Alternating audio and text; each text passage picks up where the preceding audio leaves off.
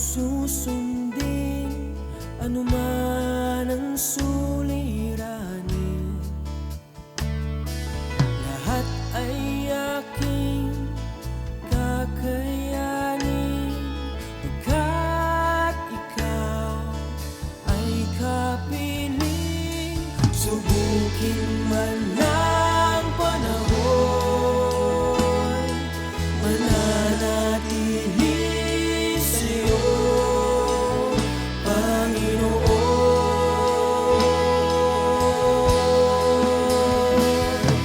Walang alinlangang maglilingkod, walang pangambang sa'yo ay susunod.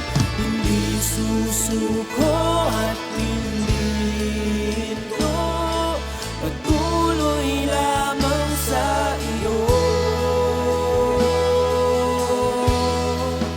Panginoon.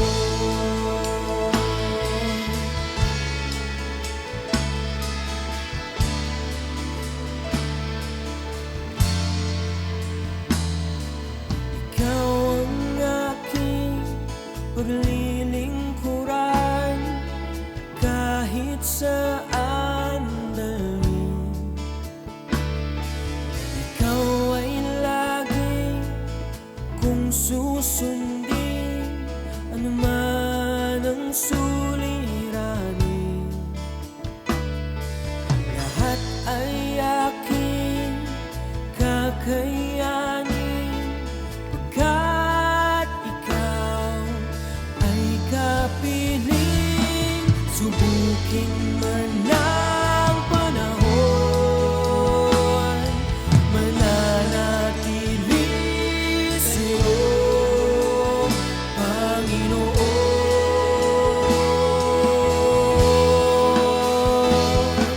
Walang alinlangang maglilingkod, walang pangambang sa'yo ay susunod. Hindi susunod. Good morning po sa ating lahat. Tayo po ngayon ay nasa morning devotion, Tinig ng Pag-asa. Ako nga po pala si Pastora Irene Lugmao Magluyan ng Calapan Oriental, Mindoro, at kasalukuyan pong nakabase sa Jesus Beloved of Church dito po sa Bunbon, Calapan. Sa oras po ito, tayo po ay muli magsasama-sama para po mag-aral ng salita ng Panginoon, at samahan niyo po ako sa oras na ito para pagbulay-bulayan po natin, pagsalusaluhan po natin ang salita ng Panginoon, na kung saan ito po ay patuloy na nagbibigay sa atin ng pag-asa upang patuloy po tayo na tumahak sa buhay na ito kasama ang ating Panginoon. Ang sabi po sa ating team sa buwan ng December, matatagpuan po ito sa John 15 verse 13. Sabi po doon, "Greater love has no one than this, that someone lay down his life for his friends." Sabi po, wala nang hihigit pa sa pag-ibig ng isang tao na handang ibigay ang kanyang buhay para sa kanyang kaibigan. So, maaaring lahat po tayo ay may mga kaibigan, may mga BFF na tinatawag. Tayo po ba, handa nating ibigay ang ating buhay kapag nangailangan po ang ating kaibigan na ito? Handa po ba natin na tulungan sa abot ng ating makakaya ang ating mga kaibigan na ito? So, kapag po pinag-usapan ang patungkol sa pagbibigay ng buhay, ito po ay ang atin pong unang maiisip dito ay walang iba kundi ang ating Panginoong Jesus. Dahil siya po ang nagbigay ng buhay para po sa ating lahat, para po tayo ay maligtas. Sabi nga po, ang Diyos Ama, meron siyang kaisa-isang anak, pero ibinigay niya ito para sa atin dahil sa pagmamahal niya. At hindi natin po ito kayang pantayan, hindi natin ito kayang gayahin, dahil siya lamang po ang pwedeng makagawa nito, na yung kaisa-isang anak niya kaya niyang ibigay, para lamang sa ligtasan ng maraming tao. Mahirap po itong gawin kung wala po sa ating pong buhay, kung wala ang Panginoon. Napakahirap po magmahal, lalo na doon sa mga tao na hindi mo naman talaga kakilala. pero dahil sa pag-ibig ng Diyos na ibinigay sa atin, nagagawa po nating magmahal. Nagagawa po nating ialay ang ating buhay doon sa mga tao na alam natin na hindi man natin sila best friend, hindi man natin sila friends sa kasalukuyan, pero dahil ang gusto po ng Panginoon, ano po, yung pag-ibig niya ay patuloy po nating i-spread, ano po, at abutin natin yung mga tao na hindi pa talaga nakakilala sa Panginoon. Kaya yung atin pong burden para sa mga perishing souls. Kasi kung wala po tayong pag-ibig para sa mga taong ito, wala po tayong kahabagan na nilagay ng Lord sa ating puso, hindi po natin ito magagawa. Na po? Pero salamat sa Diyos dahil tayo pong lahat ay pinili niya. Dahil meron po siyang layunin. Meron po siyang purpose sa buhay ng bawat isa. Ano po ang maihayag, ang maibahagi, ano po ang pag-ibig ng Diyos, lalo na po doon sa mga tao na kailangang maramdaman yung pagmamahal ng Panginoon. So sabi nga po dito sa ating text, ano po, sa 1 John 4, verse 20 to 21, sabi po doon, if anyone says, I love God, and hates his brother, he is a liar. For he who does not love his brother, whom he has seen, cannot love God, whom he has not seen.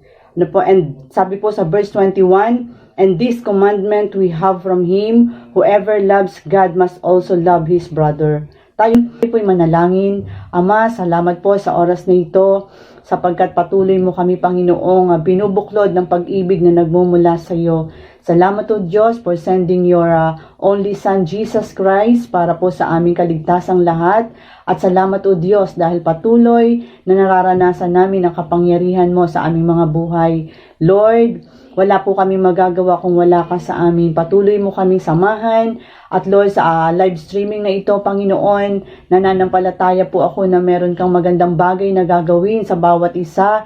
Lord, hindi nawawalan ng kabuluhan ang pagbabahagi ng iyong salita, O God. Salamat po, O Diyos. Be with me, O Lord. Thank you for the knowledge and wisdom na nagmumula sa iyo. Holy Spirit, we acknowledge your presence at patuloy mo akong samahan sa umagang ito.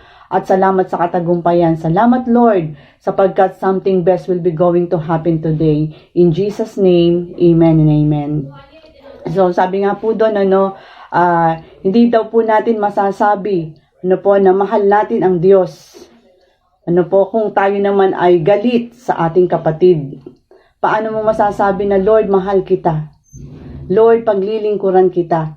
Samantalang ang Diyos na sinasabihan natin ito, hindi natin nakikita. Pero may yung ating pong kapatid, na abot kamay po natin, hindi natin magawang mahalin. Na kumbaga meron po tayong sama ng loob o galit sa Kanya. So, hindi daw po ito ang kalooban ng Panginoon. Ang nais po ng Panginoon ay makita sa atin na marunong tayong magmahal sa ating mga kapatid. Sa ating mga kasama sa tahanan, maging mabuti po tayong patotoo para sa kanila. At ito po ay isang commandment ng Lord sa atin. Sabi nga po doon, whoever loves God must also love his brother. Ang sino man daw po nagmamahal sa Diyos, kailangan mahalin din niya ang kanyang kapatid. Ito man po ay kapatid sa laman, ito man po ay kapatid sa pananampalataya, kailangan makita ng Panginoon sa ating puso na kaya natin silang mahalin. Ano man po ang kanilang pag-uugali, ano man ang kanilang attitude na meron, kailangan, sabi nga ng Panginoon, ipinag-uutos niya sa atin na we need to love them. Kailangan ipadaman natin yung pagmamahal sa kanila. So sabi nga po ng ating title na pag-uusapan sa umagang ito, what are the characteristics of a person who truly loves God? Ano po ba yung mga katangian? Ng isang tao na tunay na nagmamahal sa Diyos? Alam ko po lahat tayo nagmamahal sa Panginoon. Mahal natin ang Diyos, kaya po tayo ay patuloy na sumusunod sa Kanyang kalooban. At nais po ng Lord na makita sa atin na ano ba yung katangian na meron ka, meron ako, na masasabing ikaw nga ay talagang nagmamahal sa Panginoon. Sabi po sa number 1, one of the characteristic of a person who truly loves God, number 1 is a worshiper of God. A worshiper of God. So kailangan po, kapag sinabi mong mahal mo ang ating Panginoon, dapat pinapakita mo ito sa action, hindi lamang sa gawa, hindi lamang sa salita. No po? At we need to worship God. Kailangan nating purihin ang Diyos. Dahil sinasabi natin, mahal ko ang Panginoon. Gusto ko siyang paglingkuran. Gusto kong sumunod sa kanyang kalooban. So, ang gusto ng Diyos, matutunan po natin na siya'y purihin at sambahin. No po? Maraming kaparaanan para po purihin natin ang Diyos. Awitan po natin siya. No po? Mag-utter po tayo ng mga words na nagbibigay ng papuri at pagsamba sa Kanya. So sabi nga po sa Psalms 29 verse 2, honor the wonderful name of the Lord and worship the Lord most holy and glorious. Ito po ay sinasabi ni David, no po, sa Panginoon. Dahil po si David, si David, alam po natin na siya isang worshiping person, worshiper. Rather, magaling po siyang magpuri. Siya po ay nagpupuri sa ating Panginoon. Sabi nga, kahit siya isang hari, hindi niya ikinakahiya na siya sumayaw sa Diyos. Dahil alam niya na ito ay isang kaparaanan ng pagsamba sa ating Panginoon. Sabi nga niya doon, ino-honor niya, ino-honor niya ang ating Panginoon at ito'y kanyang sinasamba. Kaya tayo po mga anak ng Lord, turuan po natin ang ating sarili na lagi nating sambahin ang Panginoon. Yung pagising pa lang po natin sa umaga, pwede na po natin siyang purihin. In what way?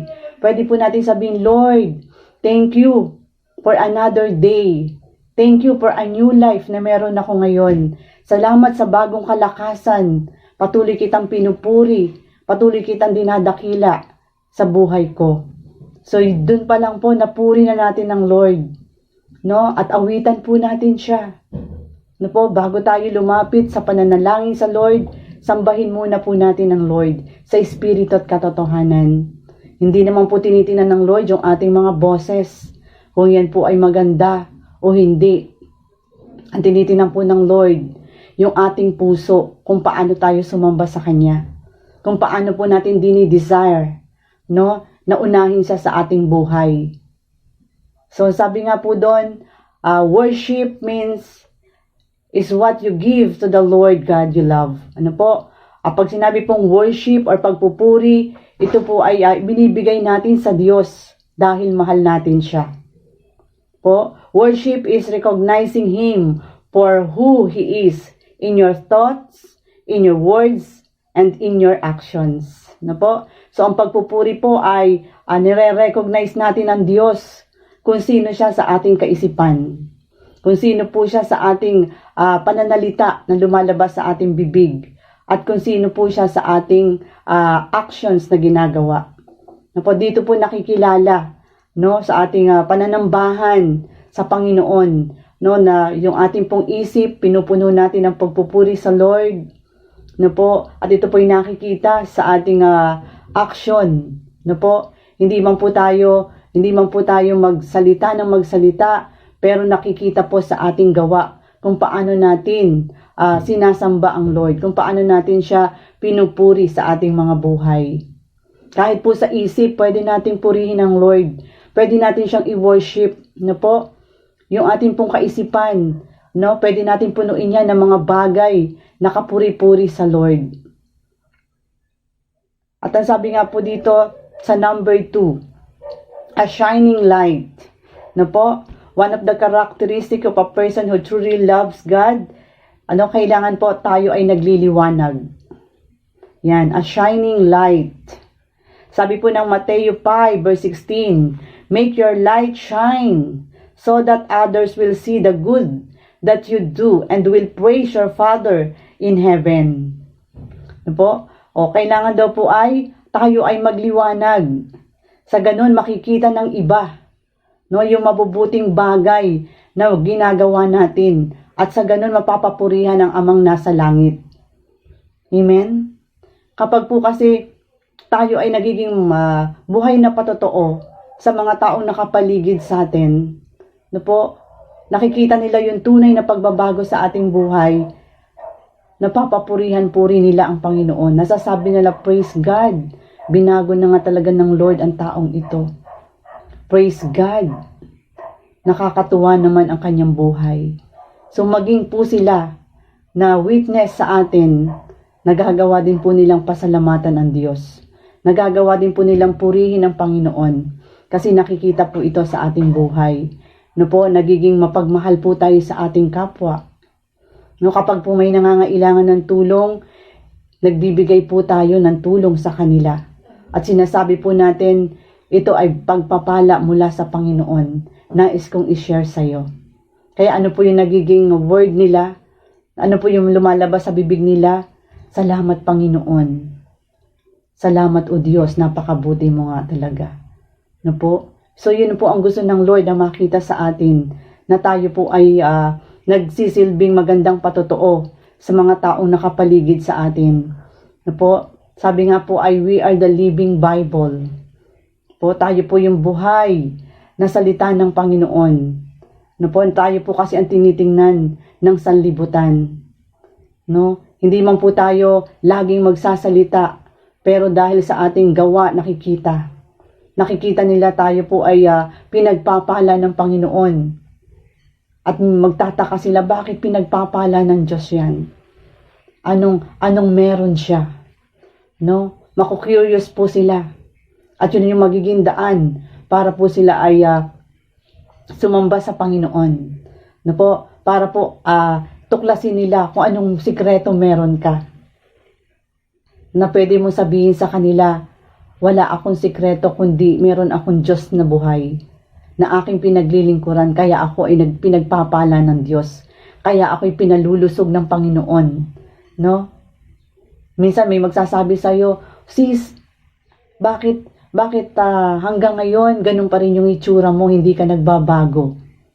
Parang hindi ka tumatanda. No? Praise God. Ano po magandang sagot? Ganyan po talaga ang mga anak ng Diyos. Ano po, pabata ng pabata, payaman ng payaman, paganda ng paganda, palusog ng palusog. Amen? So, nakikita po kasi sa atin yung liwanag ng Diyos. Kung sino yung Diyos na ating dala-dala. Ano po? Kung sino yung Diyos na ating nakilala sa ating buhay. Dahil ang Diyos po ay banal, so tayo po ay pinapabanal ng Lord. Ang Diyos po ay punong-puno ng pag-ibig, kaya naman po tayong mga lingkod niya, tayo rin po ay nakakaranas na umibig at magmahal. At yun po ay naiipadama natin sa ating mga kapatiran, sa mga taong nasa ating kapaligiran. Amen? Ang sabi nga po dito, as the saying goes, like father, like son. And as God's child, you reflect His light by good works toward other people. This results in the praise of His name. If you truly love God, you will seek the praise of His name. So, di po ba may mga kasabihan nga naman na kung ano, tulad ng ama ang anak. No po? Like father, like son. Kung ano ang ama, yun din ang anak. So, dahil tayo po ang ating ama ay walang iba kundi ang Panginoong Jesus. Dahil ang ating pong Panginoong Jesus, napakarami niyang magagandang katangian, perfect siya. No po? Kaya dapat po tayong mga anak, lumalakad din po tayo ng katulad ng ating ama. Kung siya po ay holy, dapat tayo po ay nagiging holy din. Kung siya po ay Diyos ng pag-ibig, dapat tayo po mga anak niya ay marunong ding umibig. Amen? Dahil ang ating pong ama ay Diyos ng mga hari at hari. No po? At tayo ang nagsisilbing kanyang mga anak dito sa lupa. So, purihin po ang Panginoon. Ang sabi rin po ng Galatians 5 verse 22 to 23, God's Spirit makes us loving, happy, peaceful, patient, kind, good, faithful, gentle, and self-controlled. There is no law against behaving in any of these ways. So, ano pong sinasabi dito sa Galatians 5 verse 22 to 23, yun pong bunga ng banal na spirito. Na po? Kailangan taglayin din po natin ito bilang mga anak ng Diyos. Makita po ito sa ating buhay. Ano po yun? Kailangan marunong po tayong magmahal. Ano po, lagi po tayong masaya. No, may problema man. Meron man po tayong mga kabigatan na dala-dala. Once na ito po ibinigay natin sa Panginoon, gumagaan ang ating pakiramdam, kaya po tayo ay nagiging masaya. Ano po? Nakikita po ito ng mga tao na nasa ating kapaligiran. No, kaya pag minsan naa-amaze sila, bakit siya laging masaya? Yun po ang sikreto ng mga anak ng Diyos. Yun po ang sikreto ng may Diyos kang buhay na pinaglilingkuran. Sabi po doon, dapat andun yung peaceful, kapayapaan. No? Lagi po tayong payapa. Kahit meron po, kahit sabihin po na may mga paparating na mga kalamidad, pero ang mga anak ng Diyos po, hindi po natataranta. No? Ano po ginagawa natin? Nagpipray po tayo. Nananalangin tayo, kinakausap natin ng Lord. No? Nabalutan ng kapangyarihan ang ating tahanan, ang ating mga mahal sa buhay, even ang ating bansang Pilipinas. Ano po? Doon po tayo tinuruan ng Lord na instead na ikaw ay mag-alala, mag-worry ka sa mga bagay-bagay sa kapaligiran, tinuruan po tayo ng Lord na laging makipag-usap sa Kanya, makipagniig sa Kanya, laging manalangin because there is power in prayer. Amen? At ang sabi po doon, yung patient. Ano po? Kapag ikaw po'y anak ng Diyos, kailangan nakikita sa iyo yung mahaba mong pasensya. No? Lalo na po sa mga ina ng tahanan, katulad ko po, ako'y isang ina na rin ng tahanan, at ako po'y meron 3 anak, na syempre po iba-iba ang ugali, pero salamat sa Panginoon, na po, dahil sa patuloy na pananalangin, ano po, nandun yung pagbabago ng Lord sa buhay ng ating mga anak. At ang sabi nga po doon, kung kayo may mga anak na kakulitan, ano po, kailangan makita yung pagiging mahaba yung pasensya mo sa kanila. Ano po, naturuan po natin sila na bata pa lang sila, dalhin na po natin sila sa Panginoon para magkaroon po sila ng banal na pagkakilala sa Lord. Ang sabi po ng Proverbs 22 verse 6, train up a child in the way he should go, and when he is old, he will not depart from it. So, bata pa lang po sila, ituro na po natin ang patungkol sa Lord. Para pag po sila yung nagsilaki, sila po yung magiging pagpapala din. Una po sa inyong pamilya, at sila po ay magiging daan din para po sa kaligtasan ng maraming tao. Dahil ang buhay po nila, ibibigay din nila sa Panginoon. Kasi bata pa lang sila, natutunan na nila, yung pananampalataya sa ating Diyos, yung pagtitiwala sa ating Panginoon. At hanggang sa kanilang paglaki, hindi po nila ito makakalimutan. Po, katulad po ng sinasabi ng Proverbs 22 verse 6. At ang sabi rin po dito, yung kindness, makita sa atin, yung pagiging mabuti, faithful, yan, pagiging matapat. Po, kailangan saan man tayo naroroon, makita yung pagiging tapat natin. Dahil sabi nga po, merong isang Diyos na nakatunghay sa atin. Ano man yung ginagawa natin, hayag man o lihim, merong isang Diyos na nakakaalam nito. Kapag kasi nandun na yung banal na takot natin sa Panginoon, magiging tapat po tayo sa Diyos.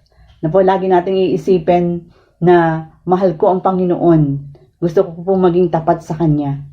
At ang sabi rin po doon, yung gentleness. Yung kapag tayo nagsalita, hindi naman yung parang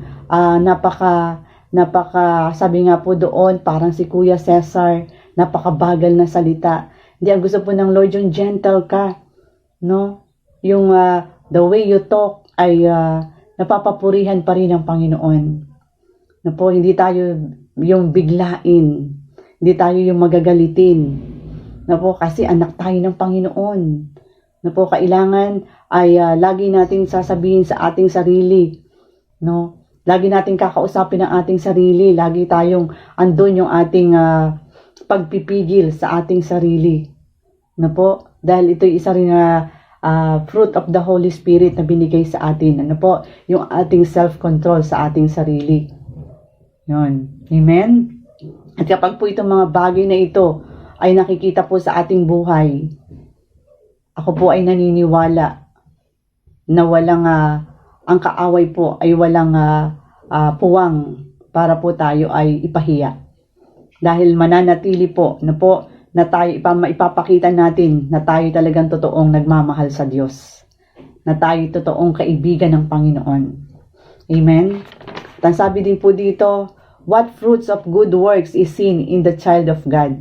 So ano daw po ba yung mga bunga, ano po, na mabubuting gawa na makita dapat sa isang anak ng Diyos? Dapat po makita yung 9 fruits of the Holy Spirit sa ating buhay. So number 3, ang sabi po doon, lover of His Word. Kailangan po tayo ay mapagmahal sa salita ng Diyos.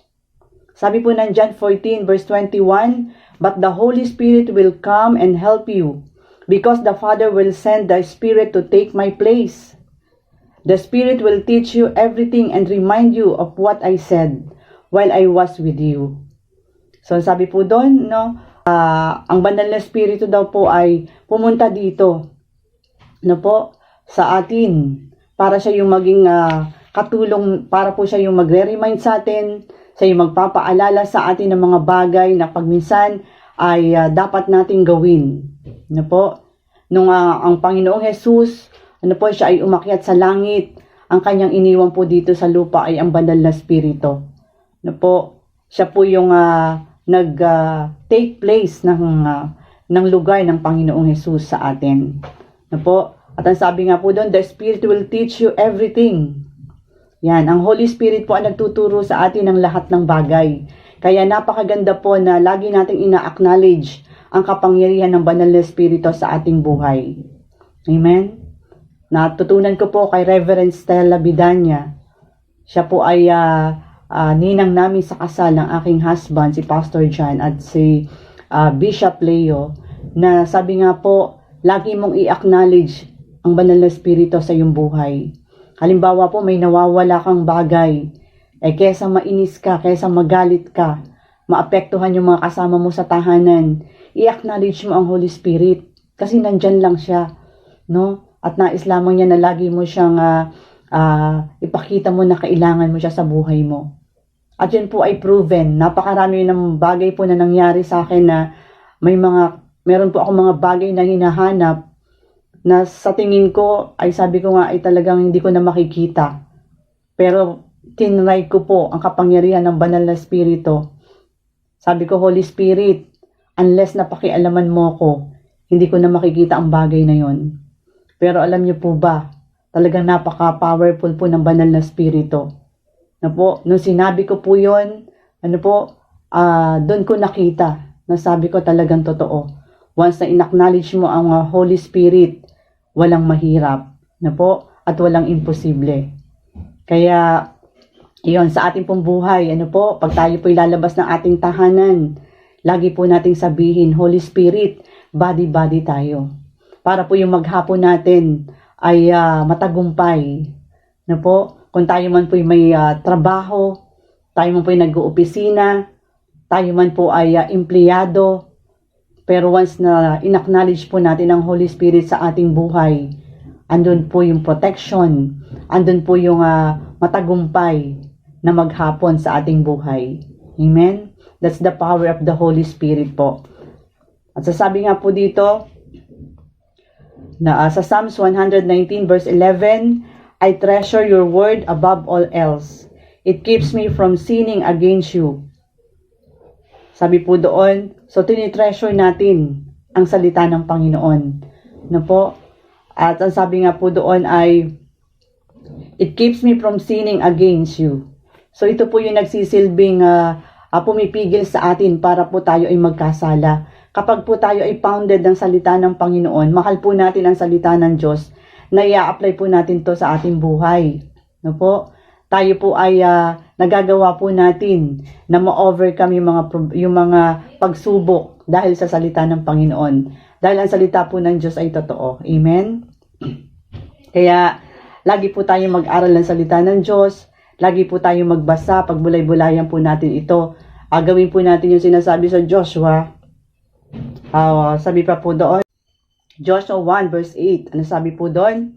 Meditate thy word day and night. Ano po? Pagbulay-bulayan po natin ang salita ng Diyos araw at gabi upang maging matagumpay ang ating buhay. At ito po ay kapag ginagawa natin na yung salita ng Diyos ay routine na natin, na hindi pwedeng tayo po ay gigising sa umaga na hindi tayo nakapagbasa ng salita ng Diyos, na tayo po, dinidesire po natin na, Lord, gusto ko po na malaman kung ano yung word mo today. Yung excited po ba tayo na, Lord, ano po kaya yung iyong promise sa akin na ipapabasa ngayon? Po, yung wag po nating baliwalain ang salita ng Panginoon dahil napakahalaga po nito sa ating buhay. Di po ba, sabi nga po na salita ng Panginoon, your word is a lamp to my feet and a light to my path. Na po, ang salita ng Diyos po, ito ay nagsisilbing liwanag sa atin. Na po, nagsisilbi itong lamp sa ating mga panyapak. Kaya napakahalaga na lagi po nating basahin at pagbulay-bulayan. Ano po, mag-meditate tayo ng salita ng Panginoon. Dahil napakarami pong promises ni God. Napakarami mga pangako ng Panginoon sa kanyang salita. At ito po ay magagamit natin sa lahat ng pagkakataon. Kapag po tayo ay nalulungkot, no po, kino-comfort po tayo ng salita ng Panginoon na meron tayo sa ating puso. Kapag po tayo natatakot, ano po ang sinasabi ng Isaiah 41 verse 10? Fear not, for I am with you. Do not be dismayed, for I am your God. I will strengthen you. I will uphold you with my victorious right hand. So yung promise na yun ng Lord, ano po, pag yun po ay na-internalize natin, no, yun po yung nagsisilbing lakas ng loob natin para tayo po ay hindi matakot sa mga nangyayari sa ating kapaligiran. Kaya napakasarap po na lagi tayong mag-meditate ng Word of God, no po. Ito po ay may a-apply natin sa ating pang-araw-araw na pamumuhay. At ang sabi po dito, if you truly love God, you will keep His word in your heart and obey it in your life. So kung talaga pong mahal natin ang Diyos, ano po, yung mga salita niya, ikikipo natin ito sa ating puso. At atin pong susundin ito sa ating buhay. At ang sabi po ng number for lover of other people. Sabi po ng 1 John 4, verse 20 to 21, but if we say we love God and don't love each other, we are liars. We cannot see God. So how can we love God if we don't love the people we can see? Ano po? So sabi nga po doon, 'di ba? Kailangan maging lover of other people tayo. Po, yung mahal natin ang ibang tao, mahal natin ang ating kapwa, mahal natin yung mga tao na lagi nating nakakausap or maging yung mga tao na hindi pa natin naaabot, i-desire po natin sa pamamagitan po ng pananalangin, no po, na maabot din po natin sila at maipadama natin po yung ating pagmamahal sa mga taong ito. Natutuwa nga po ako at ako'y nabibless sa daily devotion na ginagawa po namin mga pastors every 5 a.m. in the morning from Monday to Friday. No po, naiisama po talaga doon na sa prayer na makakilala ang lahat ng tao. Magdala ng marami pang souls, no po, sa bawat churches. Hipuin ng Lord ang mga taong ito. Po, kaya praise God dahil patuloy po tayong tinuturuan ng Lord. So, sabi nga po doon, kapag mahal natin ang Diyos, kailangan ay makita ito sa ating buhay. Ano po, na marunong tayong magmahal sa ating kapwa. At ang sabi po doon, love God and love each other. Di po ba, ito ay commandment ng Lord, ano po, na mahalin natin ang Diyos at mahalin natin ang bawat isa. Dahil ang pag po tayo ay punong-puno ng pag-ibig, sabi nga po, love conquers all. Amen? Mapagtatagumpayan po natin ang lahat sa pamamagitan ng pag-ibig. At sa akin pong, sabi nga po dito, sa aking conclusion, true love for God is shown when you love others the way you love yourself. Po, sabi po sa ating conclusion, ano po, ang tunay na pagmamahal sa Diyos, dapat ito ay ipinapakita mo sa iba. Po, the way you love yourself. Yan, kung mahal mo yung sarili mo, ano po, kung mahal mo ang kapwa mo, kung paano mo minamahal yung sarili mo, dapat ganun mo rin minamahal ang kapwa mo. Kung paano mo pinapahalagahan ang sarili mong ito, no, ganun din dapat sa kapwa natin. No po? So, pakita po natin ang tunay na pagmamahal. Kung mahal po natin ang Panginoon, mahalin din po natin ang ating kapwa dahil yun ang kalooban ng Diyos. No po? At yun ang isa sa commandment ng Lord love your neighbor as you love yourself. So muli po, magandang umaga po sa bawat isa. Tayo po ay muli manalangin. Father, in the name of Jesus, patuloy po kami, O Diyos, nagpupuri, sumasamba sa iyo, sa Lord, sa umagang ito. Salamat sa iyong mga salita na amin po napagbulay-bulayan. Pagpalain niyo po ito, O Diyos, at magsilbing kalakasan ng bawat isa sa amin. Tunay nga, Lord, naturuan mo kami na maging totoo sa aming pagmamahal, O God, sa iyo. At sa gayon, Panginoon, magawa din po naming mahalin ang aming kapwa, Panginoon. Hindi man po sila kaibig-ibig, Lord, sila man po, Panginoon, hallelujah, ay maraming mga kapintasan. Pero Lord, kapag po ang pag-ibig na nagmumula sa iyo ay nasa aming puso, magagawa po namin silang mahalin dahil ikaw ang unang nagmahal sa amin, O God. Lord, salamat. Lagi mong hawakan ang aming puso, Panginoon. Lord, bigyan mo kami ng magagandang katangian. And Lord, yung ninth fruit of the Holy Spirit, Lord, ay makita po sa aming mga buhay. Salamat po, Ama. Pagpalain mo ang iyong mga lingkod, Lord, na patuloy na ginagamit mo sa live streaming na ito. Pagpalain mo rin, O Diyos, ang bawat isa na nanonood at sumusubaybay, Panginoon, sa programang ito. Lord, I declare in the name of Jesus, Lord, patuloy mo silang pasasaganain, patuloy mong ipopromote sila sa kanilang trabaho, O God, at patuloy, Lord, na yung perfect health, O God, na nagmumula sa iyo ang ipagkakaloob mo sa bawat isa. Sino man, Lord, ang may sakit karamdaman, Lord, nagdideklara po ako sa pangalan ni Jesus, sa mga latay mo'y pinagaling mo na siya, O God. Salamat, Lord, sa iyo po ang papuri sa umagang ito. Tanggapin mo in Jesus' name. Amen and amen. Muli po ay magandang umaga. Pagpalain po tayo ng Panginoon sa araw na ito. At salamat po sa inyong panonood. God bless us all. Walang pangambang sa'yo ay susunod. Hindi susuko at hindi ito. Patuloy lamang sa iyo. Walang alinlangang maglilingkod. Walang pangambang sa'yo ay susunod. Hindi susuko at hindi hinto.